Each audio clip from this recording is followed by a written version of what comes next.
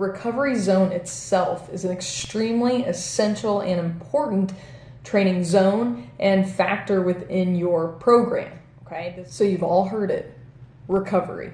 You've seen it in a training zone, you've seen it on your watch, you've seen it on your bike computer, that zone that you never really spend any time in, recovery zone. We're going to talk about it. If you do not incorporate recovery into your training plans, into your week, this is an issue, because what's going to happen is the muscular trauma and just trauma within yourself from a neuromuscular standpoint will start to accumulate and grow over time, because you're not giving the body enough time to repair from the stress that you just placed it on. The zone gives your body time to recover, to repair, to rebuild, and strengthen itself in between your training plans, in between your workouts, in between the days. Even if you do 2 workouts a day, focusing on that recovery aspect is massive. It goes from nutrition all the way to mobility, flexibility, and even just letting the neuromuscular system come down and repair itself. A lot of coaches we work with make sure that they incorporate recovery into the training plan. If you are working with somebody that does not have any sort of recovery in that training plan, I would challenge you to ask why, okay? Because just like your muscles, when you are working out and they break down, you have to rest and recover to let them rebuild. The same thing goes from an aerobic standpoint with endurance athletes. You will start to do this linear trend and you will start to grow within that training plan. But if you don't give yourself some time to fully recover, then you're going to start to see the detriment within your training. You cannot grow without that recovery and rest. Recovery isn't just for after a workout either. Recovery comes into play in the middle of the workout, such as doing tempos, interval work, things like that. This recovery aspect within the workout helps to reestablish the intramuscular blood flow and oxygen to the working muscles, because as you exercise at a higher level intensity, such as intervals, where you're going all out and then having some time to recover, that all out phase actually creates more lactic acid in the bloodstream. And then that recovery phase will allow oxygen to get in there and flush it out. That's the increased oxygen, and then the CO2 on the output.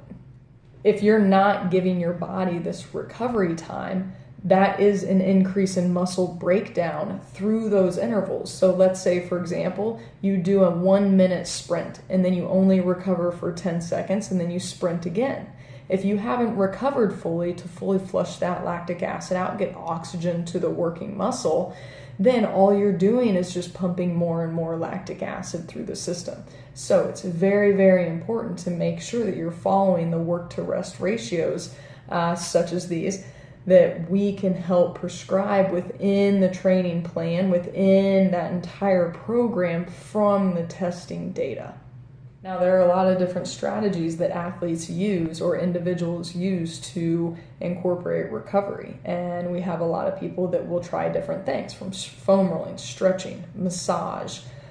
You have the ice, the heat, these different modalities that you can utilize to recover. One major thing that gets overlooked is just your overall neuromuscular system that needs to recover as well. So you might be able to take a couple days off if your muscles are sore, but what tends to happen is if you start to feel like you can't do normal things like you usually can, or you're moody, you're having trouble sleeping, your heart rate is elevated, that's a big sign of overtraining. Now, the factor of this is that if you're not paying attention to your recovery, your rate of overtraining is going to skyrocket.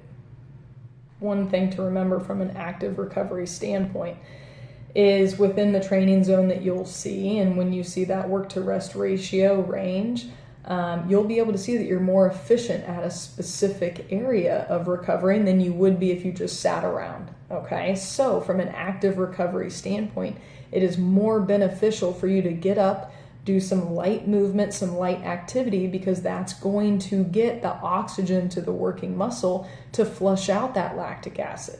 Okay, so if you just sit around all day after a workout, you're going to continue to be sore. You're not going to recover as quickly as you would have if you did an active recovery.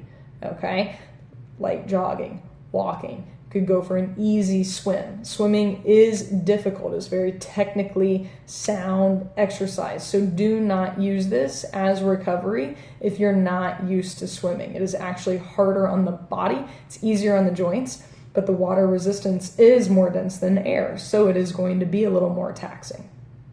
When we talk about recovery from a nutritional standpoint, this comes into play with protein, carbohydrates, replenishment, water, electrolytes, many things like that. One of the big things to keep in mind and remember here is, as an endurance athlete, as you start to increase those workouts, let's say your training zone 2, that nice aerobic base building, you should be burning primarily fats, but you are going to be utilizing carbohydrates. So at the end of that workout, we need to recover and replenish. Okay, they should go hand in hand. Now, if you're doing threshold training or if you're doing interval training, you're going to burn through a greater rate of carbohydrates. So from a recovery standpoint, we need to make sure that we replenish what has been utilized during that workout. In previous videos, we've talked about the caloric expenditure. We've talked about the carbohydrate substrate, glycogen, being utilized. What you have stored within your muscles and liver will get utilized during those workouts if you're going in fasted or if you're not taking fuel with you while you're training. So this is very important to make sure that throughout your recovery, you are replenishing from the nutritional standpoint what you have depleted during that workout. Some final notes here is to remember, when you are training, it is breaking you down a little bit. That muscle breakdown is happening. The neurological, the neuromuscular breakdown, the fatigue is happening. So you have to allow yourself some recovery time and replenishment to allow yourself to get fitter and to get stronger. Okay, this is what's going to help advance you quicker than if you just spent every single day working and pounding on the system. So you have to be smart and take into account the amount of recovery and rest that your body needs, okay? So please reach out if you have any questions. We are here to help.